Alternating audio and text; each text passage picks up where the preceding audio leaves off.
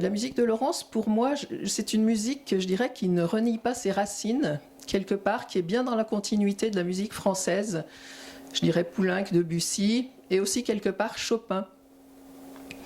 Je trouve que malgré une complexité d'écriture, par exemple, pour l'auditeur, pour moi, c'est une musique qui n'a pas forcément besoin d'être analysée, mais qui est très fluide, très instinctive, très expressive, et du coup, dans laquelle on peut se laisser aller très facilement. L'intérêt, c'est de travailler sur l'expression énormément, quoi. La musicalité avant tout. Donc à la première lecture des partitions, je me suis dit, c'est difficile.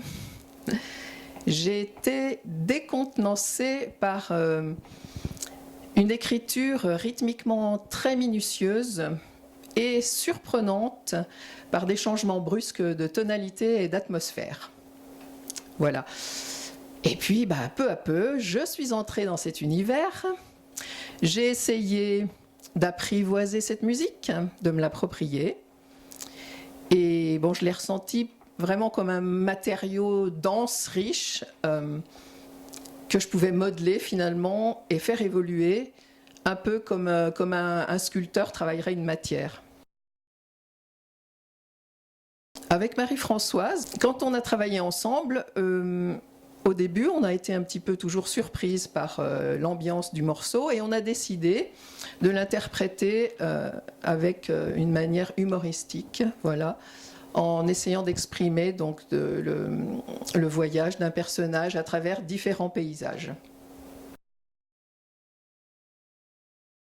J'ai beaucoup aimé le travail que nous avons fait quand même assez longuement sur le trio, donc Le Souffle du Printemps, qui pour moi finalement, connaissant mieux Laurence maintenant, reflète vraiment son univers, c'est-à-dire il se passe énormément de choses dans cette pièce, à la fois, donc on sent bien le côté instinctif de la composition et tout l'aspect proche de la nature. Et c'est une pièce extrêmement expressive où on a à la fois des paysages qui sont extrêmement sereins et d'autres d'une énergie bouillonnante. Et du coup, je pense que cette pièce reflète pour moi vraiment la personnalité de Laurence et son univers.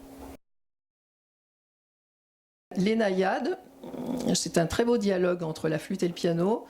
Je trouve que c'est peut-être une pièce un peu plus intimiste, mais toujours très très expressive également. Moi, j'ai pris beaucoup de plaisir à travailler cette musique une fois que j'ai réussi à rentrer dans cet univers et à me l'approprier quelque part.